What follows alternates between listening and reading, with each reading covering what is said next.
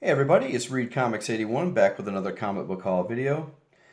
I got some books to show off from an antique mall, a flea market, a comic shop, and some eBay purchases.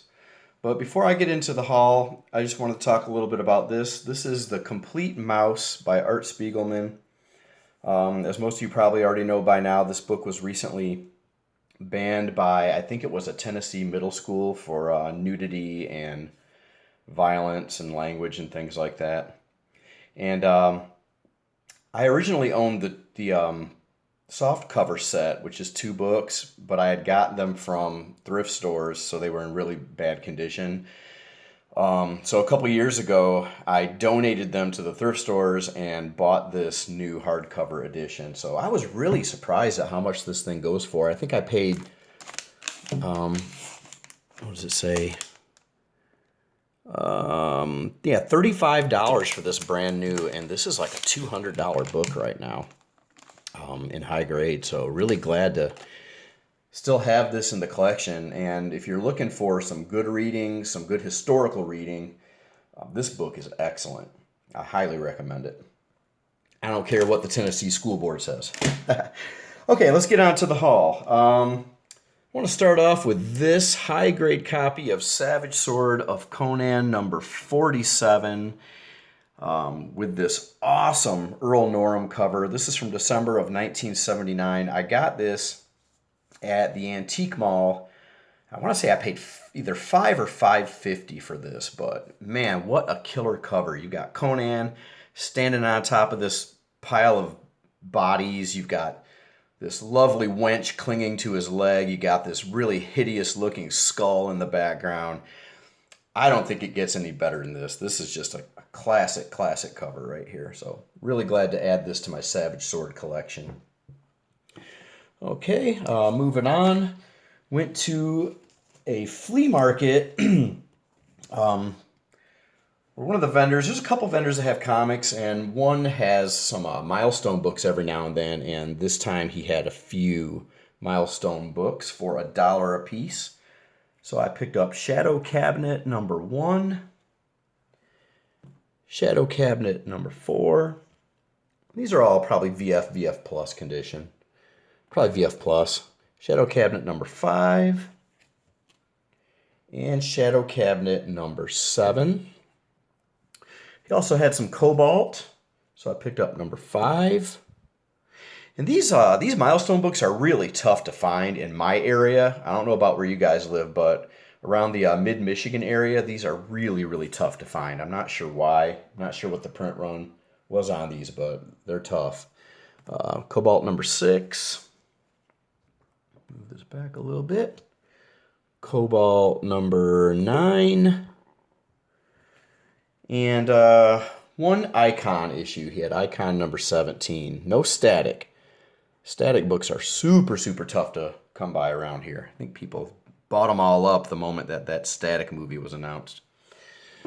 Okay, went to a different vendor in the same antique mall. Didn't really find a whole lot, but I did grab this for $5. Doom 2099 number 1, high grade newsstand edition.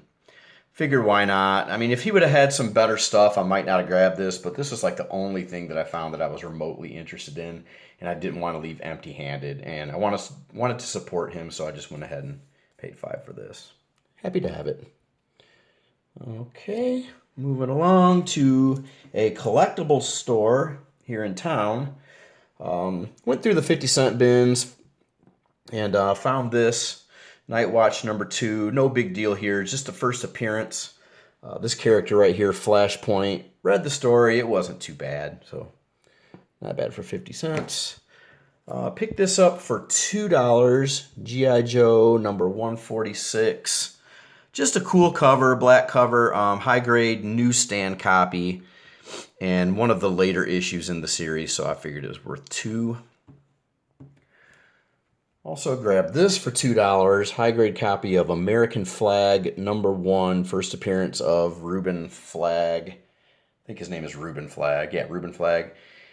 This is just one of those books where I could see this turning into something. This doesn't go for anything, maybe like, $10 or something, but I could see this character translating very well to the small screen or even a motion picture. So anytime I can find this book for like $3 or less, I usually pick it up. I think this is like my third copy of this, but really good Howard Chaykin art too. So you can't go wrong with a book like this for a couple dollars.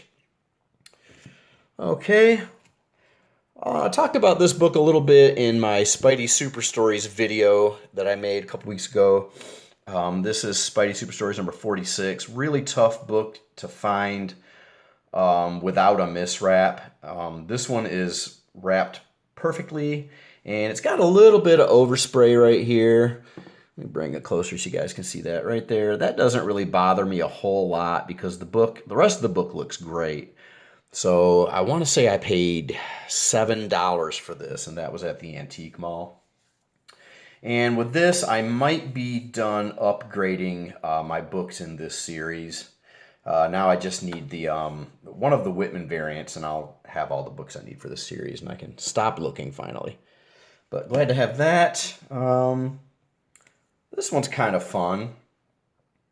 So this is Melvin the Monster from Atlas/Marvel Comics, and this is number 3 from 1956, November of 1956. And around this time period, Marvel Atlas was producing these kids comic series. Like they had Melvin the Monster, they had Homer the Friendly Ghost or something like that. I don't know. A blatant Casper ripoff. This is more like a Dennis the Menace ripoff here. They had Marvin the Mouse, Dippy Duck, just all these really weird random kids characters.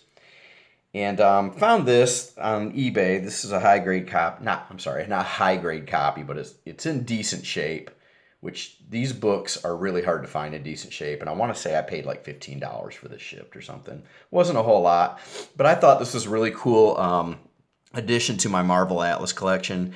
It's got Stan Lee stories. And who is it? Joe Maneely does the art, at least for the cover anyway. I'm not sure about on the interior, but just a pretty cool book to have. And what's interesting about this series ran for 6 issues. And then years later, in 1969, they began to reprint this title as Peter the Little Pest. And this is number 1 of that series. Paid $10 for this, shipped on eBay, and I just thought it was cool to have these 2 books to look at side by side because they're basically the same image, except, here you've got Melvin is portrayed as this really angry, out of control kid, and Peter the Pest is more of a friendly looking kid who's just a little mischievous. So I thought that was kind of neat, and there are also some other differences with the covers, as you can see. Melvin's parents who are like falling out, they're so shocked they've been removed, and I don't know, just a cool little 2 series to show side by side like this. I thought that was kind of neat. And this series ran for only 4 issues, and on the 4th issue they changed the name of the title to Petey. So it went from Melvin the Monster to Peter the Little Pest to Petey. So just thought that was kind of some cool little Marvel Atlas history to share with you guys. Okay, I'm already down to the last book in this short haul video. And I was able to pick up a book recently that has been on my want list for years. And it's a personal grail of mine. I've only seen a couple people show this book off in the 5 or 6 years that I've been, the 5 years that I've been on YouTube now. 5.5 years, whatever it's been. And I think Mercenot was one of the people that showed it. Might have been Vin Crew, who was the other one who showed this book. I don't know, but I'm super glad to have this in my collection. And this is Challengers of the Unknown, DC Comics from, what is this from? September of 1958. And the cover is by Jack Kirby and Marvin Stein, and the script and pencils are by Jack Kirby on the interiors, and the inks are by Marvin Stein on the interiors.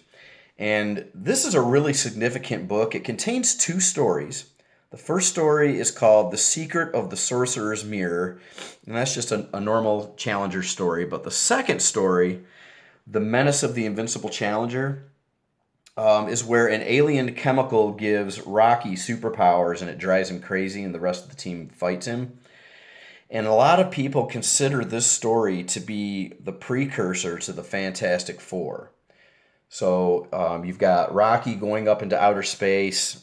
He drinks this serum, and he comes back, and he's got all these powers. He's got the power to shoot flames. He's got the power to sort of camouflage himself, almost like invisibility. He's got the power to grow, which is kind of like Reed Richards, who can stretch and expand his body. And he also has super strength, like the Thing. So there are a lot of people that say this is pretty much not really a prototype of the Fantastic Four, but more of like this is where Kirby planted the seed of the Fantastic Four, and then later on used this as inspiration for that team. So yeah, this is definitely in low grade. It's not high grade. It's got a lot of wear. The spine's got a lot of wear. A lot of bending on the corners and stuff. And one of the pages was like a large portion of the corner was completely ripped off. So I taped it back together, which I know that's like a cardinal sin in the comic collecting world, is to put tape on books. But I felt better about having tape on it and having it completely together than having just a large corner of a page just floating around inside the book. And this book isn't going anywhere. I don't ever plan on selling this. This is going to stay in my PC.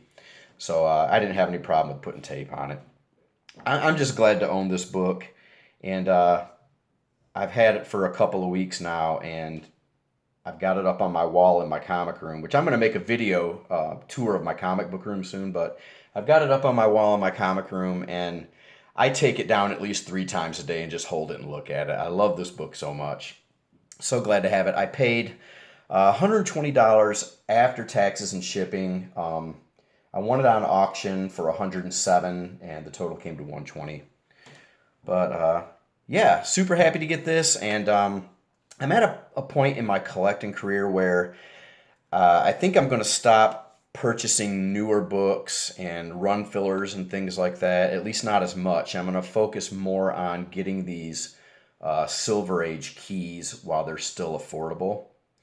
So my next step here will be trying to get the other Jack Kirby issues of the Challengers, which I think he did the first 8 of the series, and I'd like to get the other 7 issues that he did, and then work my way backwards and get the showcase books where the Challengers began.